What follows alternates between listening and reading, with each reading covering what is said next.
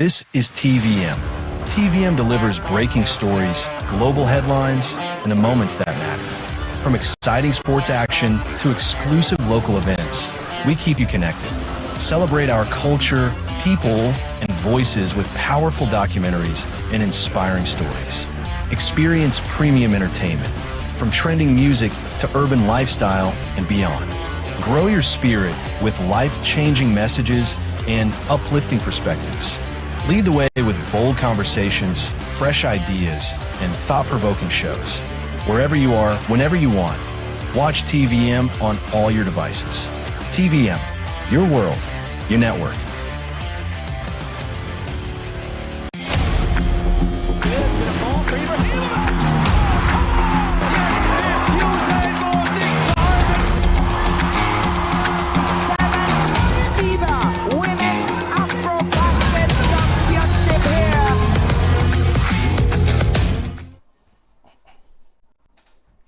All right, welcome to another beautiful episode of Metro Sports on what I call TGIF. Thank God it's Friday's edition on TVM. My name, as usual, is Fred O'Neill. This is a show that gives you or showcases sporting stories around the globe. We have different sporting activities we'll be looking at today. Definitely football is one of them because the international break is over. Yes, it is over, and we'll be looking at what transpired at the end of that international window, and of course look at club football that will kick off this weekend. Now, before that, let's give you the news hounds. We have other stories coming from other sports. Let's go to tennis because Britain's Katie Boulter says she feels she has to choose between her body and her ranking as the scramble continues for a place in January's Australian Open main draw. Now, while the regular WTA Tour season is over, there are still ranking points to be won in Chile, Argentina, Ecuador, and of course in France. The women's entry list for the first Grand Slam of the 2026 season will be based on the world rankings of December 8th, which is next month, which could cause a dilemma for players close to the cut. Although 104 players will receive direct entry into the Melbourne draw, that includes those with protected rankings, meaning that Boulter, who sustained a hip injury in October, could miss out despite currently occupying 100th spot. She tore an abductor in her final event of 2025 in Hong Kong in October and is now weighing up whether to compete in the WTA 125 Challenger event in Angers, France in the first week of December. Now, in contrast, male players are not facing the same dilemma, as for the first time the men's Australian Open entry list will be drawn up from this week's rankings, which is the ATP's official year-ending ranking date. The changes aimed at discouraging players from chasing ranking points during what is essentially the off-season. Well, for Boulter, we look forward to seeing how all that will pan out for her. Now, still talking about tennis because Germany completed a remarkable comeback to beat Argentina in a thrilling doubles decider and, of course, set up a Davis Cup semi-final against Spain. Kevin Kravitz and, of course, Tim Pearce saved 3 match points in a final set tie break to overcome Horacio Ceballos and, of course, Andres Molteni 4-6, 6-4, 7-6, 12-10 in a grueling contest that lasted 2 hours and 31 minutes. Argentina had put the first point on the board when world number 60 Thomas Etcheverry hit 23 aces to beat Jan-Lennart Struff 7-6, 7-3, 7-6, 9-7 in a highly contested encounter. But world number 3 Alexander Zverev launched Germany's recovery, beating world number 21 Francisco Cerundolo 6-4, 7-6, 7-3 to force the deciding doubles. For Zverev, the only top 10 singles player competing in the Davis Cup this week, was not at his best, but hey, a brilliant tie-break performance kept Germany's hopes of progressing to a second straight semi-final alive. The Germans missed 4 match points, including 3 in a row, in an astonishing tie-break before clinching victory with the 5th.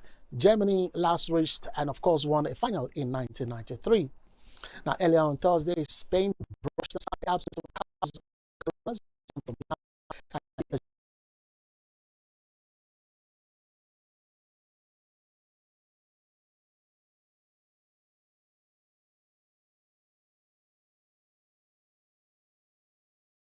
Spain will meet Germany in Bologna on Saturday, with two-time defending champions Italy taking on Belgium in the first semi-final, on Friday, that is today. Now let's go to Formula One, because Toto Wolff has sold 15% of his shareholding in the Mercedes Formula One team to American billionaire George Kurtz. Kurtz, who is 55 years of age, is the founder of the cybersecurity firm CrowdStrike, which is a sponsor of Mercedes. The deal values Mercedes Formula One at $6 billion, that's about 4.6 billion pounds, a record for an F1 team. McLaren were valued at £3.5 billion in a change of ownership structure in September. For Wolff's holding company, they own 1/3 of Mercedes Formula One, so the shareholding he is selling equates to 5% of the team. Wolff, who will net around $300 million, that's about 230 million pounds from the deal, will stay on as team principal and, of course, chief executive officer, while the governance of Mercedes F1 continues unchanged. Kurtz will not be on the main board, but will join the team's strategic steering committee, on which Ola Kalenius, the chairman of the management board of the Mercedes Group, Ineos chairman Sir Jim Ratcliffe, and of course Wolff, the meet to decide what to do with the team. Kurtz described his role as nothing more than a seat at the table to provide input and discussions. The deal represents a more than seven-fold increase in the value of Mercedes F1 since Ineos bought its 1/3 stake for £208 million in 2020. The rise reflects the growth in valuations of Formula One teams in the past few years as a consequence of the increasing appeal of the sport around the world. Now, this was also seen in the success of the Formula One movie starring Brad Pitt, which was released last summer and, of course, has grossed more than $630 million, which is about 482 million pounds at the box office. It is Pitt's most successful film and, of course, the most successful sports movie of all time. Mercedes are second in the Constructors' Championship with 3 races remaining this season, starting with this weekend's Las Vegas Grand Prix. Their lead driver, talking about George Russell, has won 2 of the 21 Grand Slam Prix this year, and of course is 4th in the Drivers' Championship behind McLaren's Lando Norris and Oscar Piastri, and of course Red Bull's Max Verstappen. Now, still on Formula One, Felipe Massa's £64 million claim against F1, his governing body, the FIA, and Bernie Ecclestone can go to trial, a High Court judge has ruled. Lewis Hamilton's first Formula One World Championship in 2008 is the subject of legal action, with Brazilian Massa saying he is the rightful winner of the title. At the 2008 Singapore Grand Prix, Renault staged a win for Fernando Alonso by ordering Nelson Piquet Jr. to crash, which brought out a safety car and meant Massa, who was leading the race for Ferrari, finished in 13th after his strategy was compromised. Massa lost the title by 1 point. Now, the following season, Piquet revealed he had been under instruction by his bosses to crash deliberately. Massa's lawyers claimed Ecclestone knew the crash was deliberate and that he and the FIA failed to investigate it. Ecclestone, who was the boss of Formula One for 4 decades before he was deposed in 2017, suggested in 2023 that the sports executives were aware of a cover-up before the 2008 campaign concluded. Ecclestone, the FIA, and Formula One management are defending the claims. Now, only last month, they asked the court in London to throw out the case, saying that Massa performed poorly in the 2008 Singapore Grand Prix, ultimately leading to him losing the championship and arguing that the claim had been brought too late. In a written judgment handed down on Thursday, Mr. Justice Jay said the case could go ahead. He said Massa had no real prospect of establishing that the FIA's duties were owed to him, but that he does have a real prospect of proving at trial all the components of his unlawful means of conspiracy. In the ruling, he dismissed part of Massa's claim, saying he had reached the firm conclusion that it is clear that declaratory relief would not be granted in this case. Now, you want to look at that particular story coming in all the way from 2008, where Massa is saying that he should have been declared the winner as a result of some instructions that didn't go his way. Well, we'll leave that to the court to decide. Now let's go to boxing, because Daniel Dubois has withdrawn from his world title eliminator fight against Frank Sanchez. The IBF had ordered a final eliminator for their heavyweight world title held by Alexander Usyk between former champion Dubois and Cuba's Frank Sanchez. The winner of this eliminator will become the mandatory challenger for unified champion Usyk, but by withdrawing from the Sanchez fight, Dubois has forfeited the chance to set up a third clash with Usyk. Usyk halted Dubois in both their 2023 title clash and their fight this summer for the undisputed world championship. Sanchez remains in the running for the final eliminator, with America's Jared Anderson the next most highly ranked contender in the IBF's heavyweight ratings. Dubois becomes the latest IBF-ranked fighter to reject a final eliminator, as Efe Ajagba, Moses Itama, and Richard Torres Jr. also turned down the opportunity for the fight against Sanchez. Dubois' promoter said the eliminator holds title little value right now for Daniel. And of course, Derek Chisora was named the IBF mandatory at that last convention. So the fight against Frank Sanchez is set to be installed as next in line after Chisora. The spokesperson insisted that the IBF is last in the queue of the Unified Championships held by Usyk. Now, if Daniel accepted the fight, it would also limit his options with the other organizations. Dubois is a promotional stablemate of new WBO world champion Fabio Wardley. And of course, Dubois is also ranked number 4 in those WBO heavyweight ratings. And let's come home. Team Nigeria has increased the tally at the ongoing 6th Islamic Solidarity Games in Riyadh after winning 2 gold medals in wrestling and the women's 4x100 meters relay on Wednesday night. This was contained in a statement issued on Thursday by Kola Daniel, Special Advisor to the Director General of the National Sports Commission, Bukola Olakpade. Now, in the 53 kg freestyle wrestling final, Christiana Ogusayan defeated her Uzbekistani opponent, Shokida Akhmedova, 11-1 in convincing fashion to claim the gold medal. Nigeria's exciting young quartet, Bada Toyin, is a Chukwu Miracle, Omokwe Maria, and Nweke Cynthia, later crowned the night with an excellent display to win gold in women's 4x100 meters relay in a time of 44.27 seconds. They pushed Bahrain to the silver medal position with 44.47 seconds, while Gambia finished third in 45.05 seconds.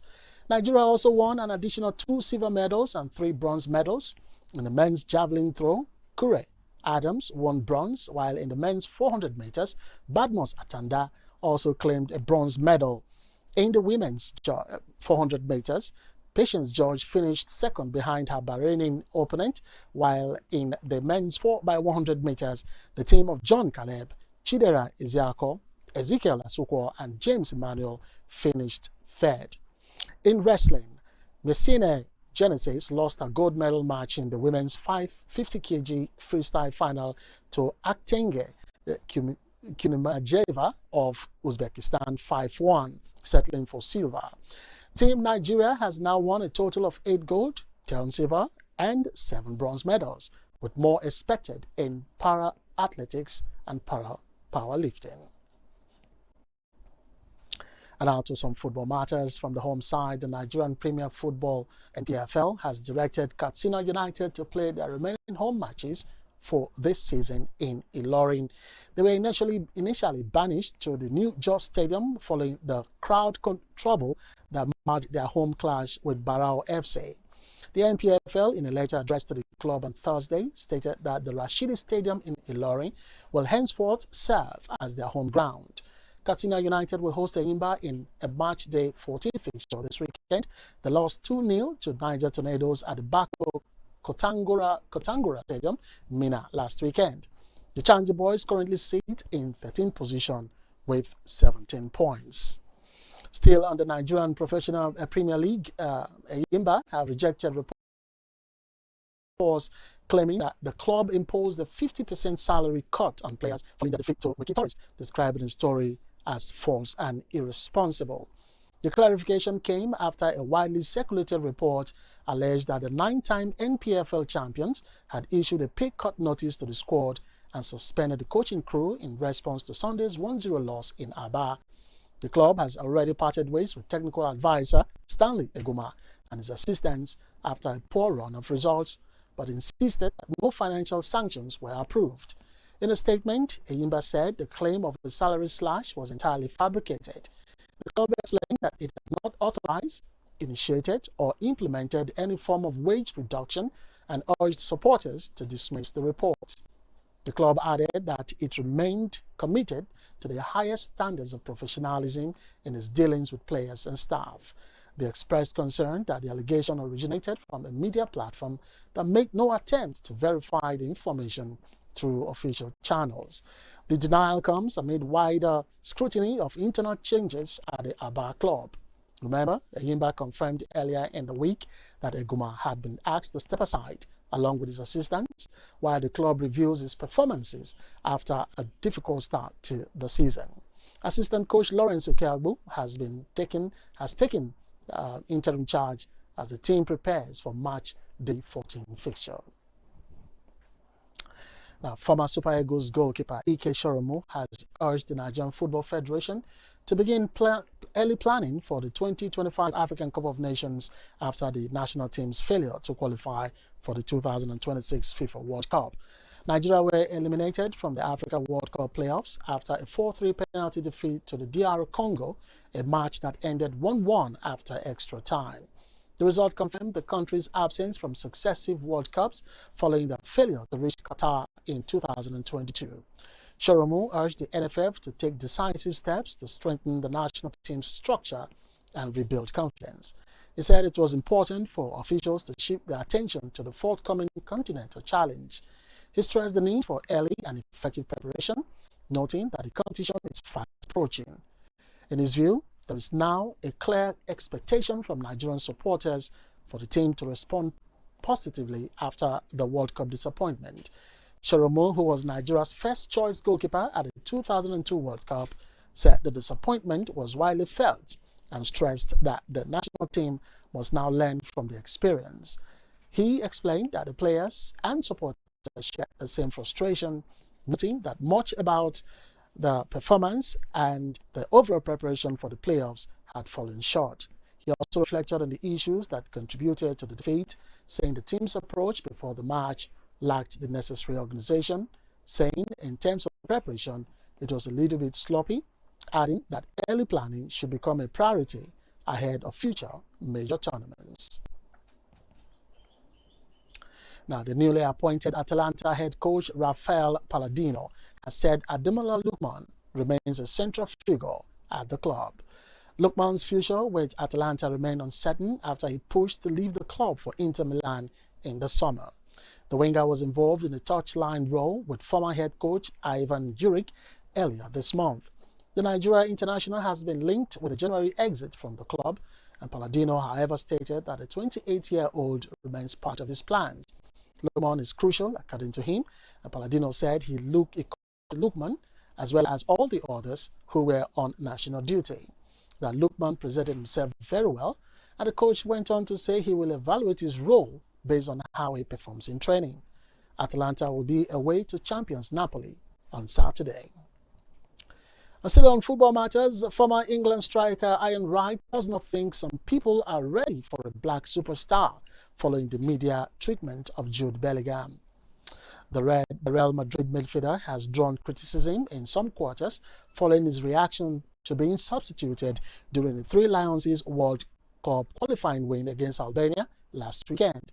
Head coach Thomas Tuchel, who apologized to Bellingham earlier this year for describing his on-field behavior as repulsive, said he would review the midfielder's reaction. Bellingham shone as England finished runners-up at Euro 2024, but he is no longer a guaranteed starter under Tuchel, and there are question marks over his position in next summer's World Cup squad. But Ian Wright believes the coverage of the 22-year-old who made his international debut at 17 is influenced by the color of his skin, and it frightens certain people. Wright said he is worried for Jude simply because he's somebody that the media cannot control. He further said Jude is showing people that he is here, he is black, he is proud and ready to go. Now, so much on that particular story because I followed that game against Albania where Jude Bellingham was substituted, and his reaction really didn't go down well with the national team gaffer Thomas Tuchel. I mean, players these days, I don't know what's going on or what's going up there in their head, but the truth of the matter, you can't play all games at 90 minutes and all that. So when you're substituted, it's because of what the coach and of course the technical bench is seeing that you as a player is not seeing. Anyway, we'll keep monitoring that story about Jude Bellingham, and of course a former English international Ian Wright has come up to speak in defense of the Real Madrid player. I'm talking about another player, Fernandinho, a defensive midfielder who won 5 league titles with Manchester City and 6 with Shakhtar Donetsk, said he was retiring aged 40. Now, Fernandinho started and ended his 23-year playing career with Atletico Paranaense in Curitiba. In between, he spent 8 seasons with Shakhtar Donetsk in Ukraine before moving to Manchester in 2013 and playing 9 seasons for City. He returned to Curitiba in 2022 but was released on New Year's Day 2025. Fernandinho was part of the Brazil team that won the 2003 Under-20 World Cup. He collected 53 senior caps, winning the Copa America in 2019. Now, Fernandinho had a very interesting career, if you ask me. And of course, there was a charity match that was played on Wednesday night. It was after the game that he said he has won everything he needed to win as a footballer. He has achieved all he needed to achieve. Let's doff our hearts for Fernandinho, the Brazilian, who made defensive football for City quite interesting. All right, we will go for a short break now. Metro Sports will continue when we return. Please stay with us. Make a joyful noise unto the Lord right now, everybody. Festival of Champions. It is here again. The most anticipated praise event in the Christian community returns bigger, louder, and more joyful than ever. Hosted by the Redeemed Christian Church of God, Delta Province 20, Champions Cathedral family. This is the 8th edition. With the powerful theme, Joyful Noise. From Wednesday 19th to Friday 21st November 2025. Get yourself ready for 3 unforgettable days of praise, worship, and divine encounter. Ministering Pastor J.F. Odeshola, Pastor K.K. Ndukwe, Pastor Olufemi Olumide, Apostle Michael Oroko, Pastor Isaac Oyedepo, and all the anointed ministers of God. Hosts, Pastor Emmanuel Emefenem. Music ministration by Bob Fitz, Phil Thompson, Michael Stampley, Nathaniel Bassi, Dusin Onyekon, Chioma Jesus, Mercy Chimbo, BJ Sass, Bukola Beck, Mr. M and Revelation, Moses Bliss, Lillian Neji, Bidemi Olaoba, Adenka Alashayori, Prince Emmanuel, Sumisola Okele, Abe Ojomo, Greatman Tacket, Gaise Baba, and the Champions Voices. Venue, November 19 and 20th, Champions Cathedral Auditorium, 16 to 18 Airport Road, Efferon, at 4 p.m. daily. Friday, November 21st is the Grand Festival of Praise at Oroba College Open Field, 6 p.m. till Lord, invite son. Jesus is Lord. Engineering and services, we anticipate, manage, and deliver. Since 2000, we have been a leading EPC company, ensuring customer satisfaction through quality service and timely delivery. With integrity, proficiency, and innovation at our core, we provide world-class solutions tailored to your needs. From engineering designs and construction to procurement, manpower outsourcing, and maritime supplies, DSAG delivers excellence. Partner with us today. Visit www.dsag.net or call +23 4807 254 8724. DSAG Engineering and Services, anticipate, manage, deliver. Make a joyful noise unto the Lord right now, everybody. Festival of Champions. Area. It don't happen again, no. Join the Redeemed Christian Church of God, RCCG, Delta Province 20, Champions Cathedral Family for the 8th edition of Festival of Champions. Team, Joyful Noise. This Obonga events go happen from Wednesday 19th to Friday 21st November 2025. Ministering, Pastor J.F. Odeshola, Pastor K.K. Ndukwe, Pastor Olufemi Olumide, Apostle Michael Oroko, Pastor Isaac Oyedepo, and other anointed ministers of God. Hosts, Pastor Emmanuel Efe, Emefienem. Ministering in songs, Bob Fitz, Phil Thompson, Michael Stampley, Nathaniel Bassi, Dosin Onyeko, Chema Jesus, Mercy Chinwo, PJ Sachs, Bukola Beggs, Mr. Eman Revelation, Moses Blaze, Lillian Neji, Bidemi Olauba, Adenka Laishori, Prince Emmanuel, Simisola Okeleye, Abe Ojomo, Greatman Take, Gaise Baba, and the Champions Voices. On Wednesday 19th, go reach Thursday 20th November. The program will happen for Champions Cathedral Main Auditorium, 16 to 18 Airport Road, time 4 p.m. daily. While on Friday 21st November, now the Grand Festival of Praise Service for Urubu College Open Field, time 6 p.m. to 6 a.m. Jesus na Baba.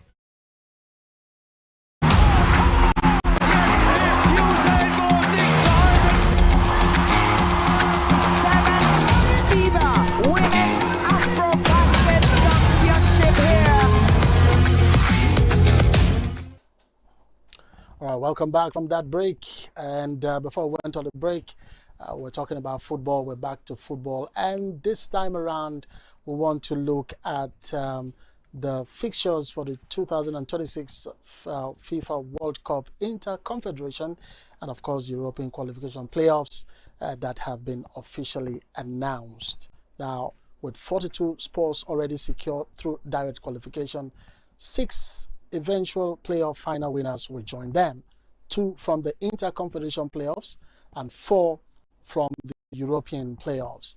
The draw, held at the home of FIFA in Zurich, Switzerland on Thursday, pits 6 nations from 4 confederations, CONCACAF, CONMEBOL, CAF, and the OFC, into 2 brackets, with the winners earning a place at the tournament co-hosted by the United States, Canada, and Mexico. And of course, it's going to start on June 11 and will end on July 19, 2026.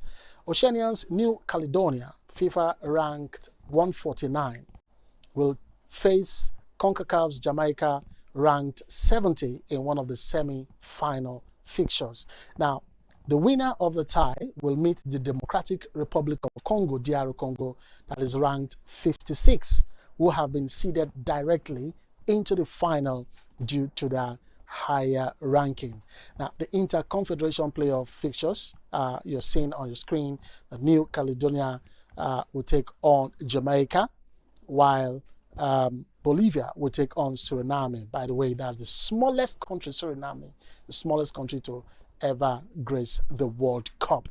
And then the finals will be the winner between New Caledonia and Jamaica. The winner that comes out of there will face the winner that will face DR Congo in the final of that leg. And then Bolivia and Suriname, whoever comes out as winner, will now face Iraq, in that particular one. And then the playoffs final will take place in Mexico in March 2026. Now, when you see the screen, let's still be on the screen. What you see there, New Caledonia taking on Jamaica, will play, will come up to face DR Congo, all right? And the winner between DR Congo and the winner between New Caledonia and Jamaica will now take one of the tickets, because there are 2 tickets awaiting the end of the Inter-Confederation Cup playoffs. And on the other neck of the wood, you see Bolivia will take on Suriname. The winner will face Iraq. Now, from the picture you're seeing on your screen, DR Congo, like we said earlier on, they are not going to play the semi-final like the New Caledonia and Jamaica because they are highly ranked. So put Nigeria in Congo's position. You could see that if Nigeria had defeated DR Congo, it would have been in that particular position, because Nigeria going into if we had qualified, going into these playoffs would have been the highly ranked team in the Inter-Confederations final. On the other neck of the wood, Iraq is highly rated in the FIFA ranking when you compare Iraq to the other 2 teams there, Bolivia and Suriname. That's why Iraq are in the final waiting for the victor or the winner between Bolivia and Suriname. All right, let's go to the European of fixtures, semi-finals. We have different parts. We have part 1, part A, part B, part C, part D. In part A, we have Italy will take on Northern Ireland. And of course, Wales will take on Bosnia Herzegovina. Now, the winner between Italy and Northern Ireland will go straight into the final. And then Wales, between Wales and Bosnia Herzegovina, the winner will meet with the winner between Italy and Northern Ireland. And the winner in particular final will take a ticket. Now, part B, Ukraine will square it with Sweden. And of course, Poland will take on Albania. The winner between Ukraine and Sweden will face the winner between Poland and Albania. And the winner in that particular final will also take another ticket to the World Cup. In part C, we have Turkey will square with Romania to get to the final, and then Slovakia will take on Kosovo. The winner between Turkey and Romania will square with winner between Slovakia and Kosovo, and then the eventual winner of that particular game will also take a ticket. Part D, we have Denmark against North Macedonia, while Czech Republic will face Republic of Ireland. The winners in each of these games will square it out to pick a ticket as well. And then, like I said, I'll just explain the whole thing. The finals, like I said, Wales versus Bosnia-Herzegovina will meet the winner between Italy and Northern Ireland to pick a ticket. The winner between Ukraine and Sweden will face the winner between Poland and Albania. And the winner in this particular game will pick a ticket. Slovakia, the winner between Slovakia and Kosovo will face the winner between Turkey and Romania, and the winner in that particular final will pick a ticket as well. Czech Republic squaring it out with Republic of Ireland. The winner will face the winner between Denmark and North Macedonia, and of course the final in that particular one would pick a ticket. So that's the breakdown. The playoff semi-finals, the single leg, will be played on Thursday, March 26, 2026. While the playoff finals, which are also single leg, will be held on Tuesday, March 31, 2026. Now, when you go back to the Interconfederation fixtures, you would be kicking yourself as a Nigerian. You'll be kicking yourself because, I mean, look at it. Look at the nations, look at the countries that Nigeria would have faced. Yeah, look at the countries. There's New Caledonia. I mean, who are these guys, for crying out loud? There's Jamaica, who Nigeria played, not too long ago, where even with not too strong team that we were at the time, we had not even clicked. We played a draw and, of course, defeated them in that title, match not long ago before the qualifiers are kicked off again, talking about Jamaica. And then, who is Suriname, for crying out loud? The smallest nation going into the playoffs. And if they qualify, the name itself even sounds like one creek in the Niger Delta. And then Bolivia, I mean, that's a name amongst these names that I want to raise an eyebrow because, I think they came from South America. This is one nation too that also sometimes gives Brazil and Argentina a run for their money sometimes. So yeah, I can excuse Bolivia. They are somewhat up there, but Reggae Boys, Jamaica, my goodness, they are playing reggae music. What are they doing? And then New Caledonia, and then Suriname, for crying out loud, and then Iraq, though they are just there, but I mean, compared to Nigeria football, for crying out loud, we had good players. We had a team made up of good players, but we didn't have a team playing as a team, and that's what cost us. Like what most people would say, we started off rather too late. When the players realized the importance of the World Cup, the dream was almost over. But then FIFA, CAF, gave Nigeria a leeway to get into, in fact, a back door to get into the World Cup. when they brought the Eritrean rule. Nigeria, they put food for your mouth. They give you plate of food and spoon. Only you not feed yourself. Even when they put the food in your mouth, you could not even chew. It was a problem. And that's, in fact, I'm just trying to control my emotions. And there was this, please, we should stop it.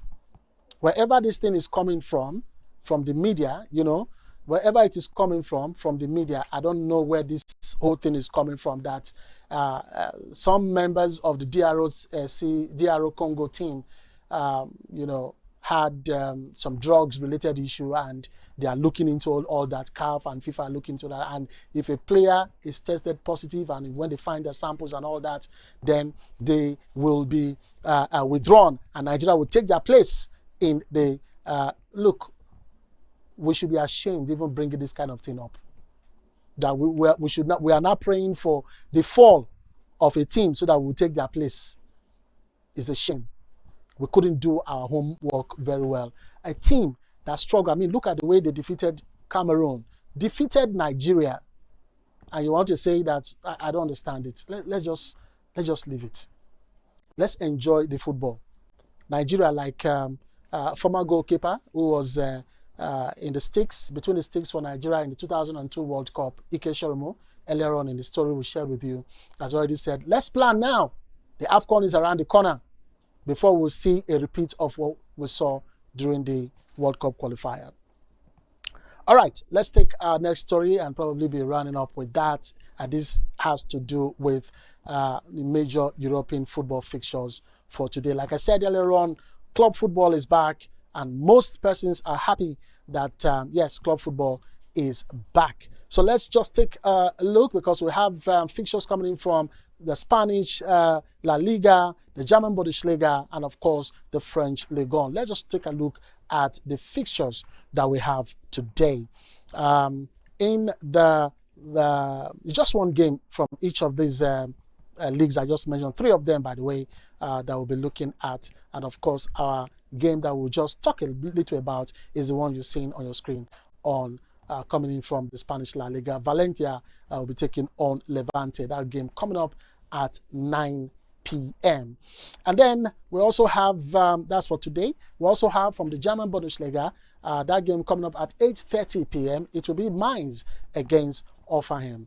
And of course, in the French Ligue 1, today, later today, that game also at 8:45 p.m.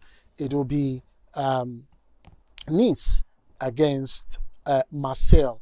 These are the games that we will be tracking today. And of course, when we come back, hopefully tomorrow, to talk about football, because it's going to be hopefully weekend football, we will be having to discuss what transpired on the 9th. Right. Okay, so like I said earlier on, we'll be looking at Valencia against in the Spanish La Liga. That's our game today, our match day for today. It will be Valencia against Levante. Now, these are 2 teams that we'll have to critically look at their head-to-head going into this fixture for tonight. Valencia are seated on the 17th position, while Levante on the 19th position. So just 2 slots separating the 2 of them. And of course, the total points they've garnered for Valencia, very poor season for these 2 sides, by the way. For Valencia, they have just a total of 10 points, while Levante have 9 points, I beg your pardon. Now, I want to look at the form of the home side, talking about Valencia. In their last 5 games in all competitions, let's look at them now. Valencia, they hosted Alaves in the Premier Division, which is the La Liga. That game ended goalless. They also hosted Villarreal, and they lost to Villarreal by 2-0. In the Copa del Rey, they won that particular one, defeating Maracana by 5-0. And back in the La Liga, they went away at the Bernabeu, where Real Madrid defeated them by 4-0. And then the last game they played before the international break, It was at home against Real Betis, and that game ended 1-1. For Levante, well, almost the same trajectory for them. 1 win, 3 losses, and 1 draw. They hosted the Rayo Vallecano. They lost at home, 3-0. Vallecano defeated them by 3-0. And they went away against Mallorca, still in the La Liga. They drew that particular neck of the wood by 1 goal apiece. And then in the Copa del Rey, they defeated Orihuela by 4-3. They went away to Orihuela and defeated them by 4-3.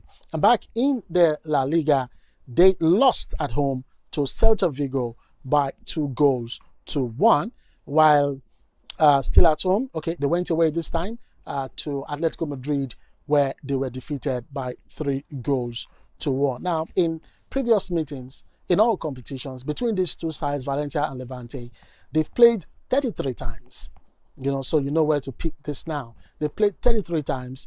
For Valencia, they've won 16 times, while Levante just a paltry 6 times. And in between them, they've played 11 draws. So you could see that this fixture has more draws, but at least Valencia has won more in this particular fixture. So going into this one, like we said, that game will be coming up at 8 p.m. Nigerian time, and the venue is at the Estadio de Mestalla.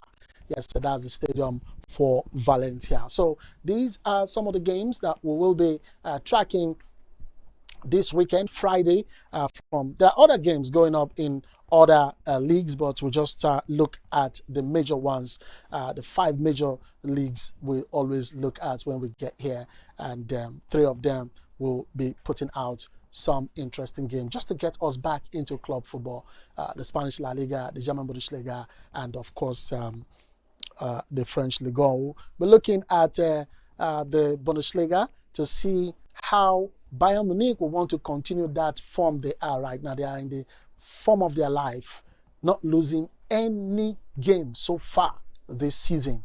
They are the only team in the 5 major leagues not to have lost any game. All right, so these are the stories that we share with you. But quickly before we leave, we just want to say this. I just want to say this once again. The Nigerian Football Federation has a lot to do to move our football forward. In the course of the stories we shared with you, you could see that athletics is one sport that gives us a lot of joy outside of football, how medals are being won.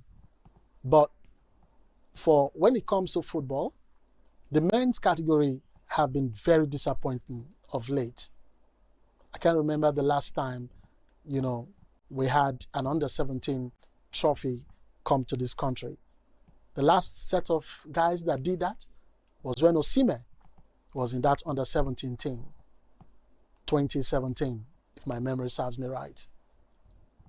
And for the under-20 team, you just heard recently, when we followed the under-20 World Cup that just ended not quite long ago, it was an African country that won it for a second time, Morocco, after Ghana were the first to do that. Nigeria came close in 2005 when they played against Argentina.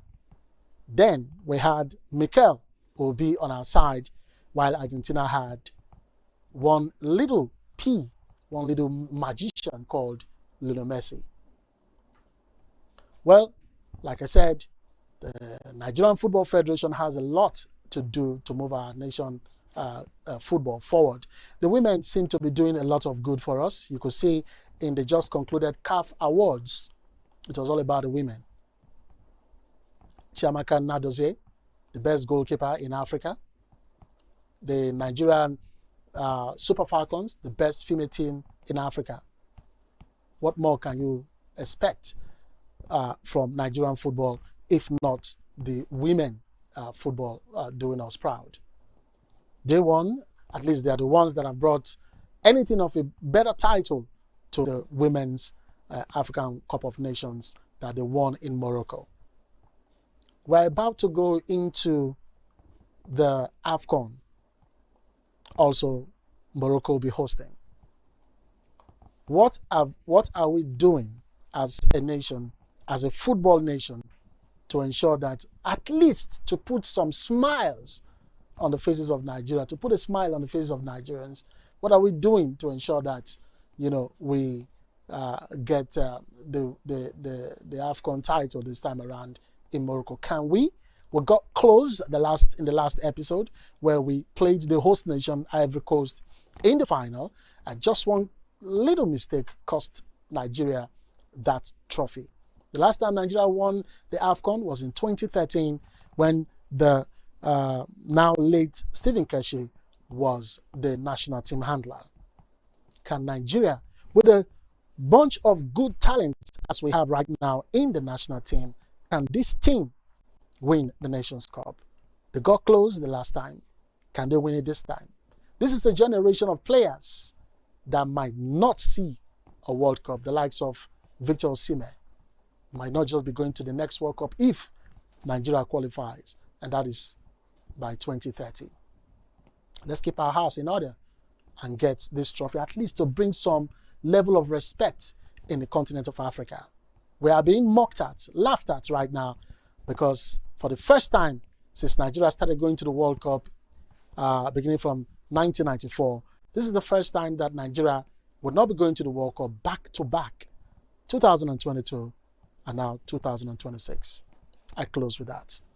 And that's all from TVM's Metro Sports. I am your regular host, Fred O'Neill. You can watch us on the go on TVM's app, accessible on Android, Play Store, and Apple Store. You can follow us and interact with our social media pages, like, subscribe, and share.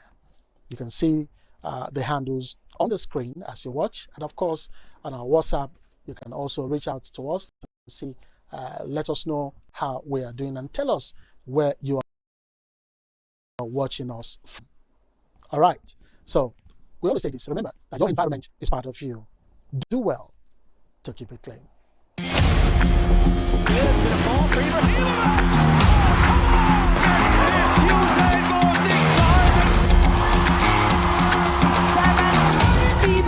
Women's Afro Basket Championship here. Make a joyful noise to the Lord right now, everybody. Festival of Champions. Area, it don't happen again, no. Join the Redeemed Christian Church of God, RCCG, Delta Province 20, Champions Cathedral Family for the 8th edition of Festival of Champions. Team, Joyful Noise.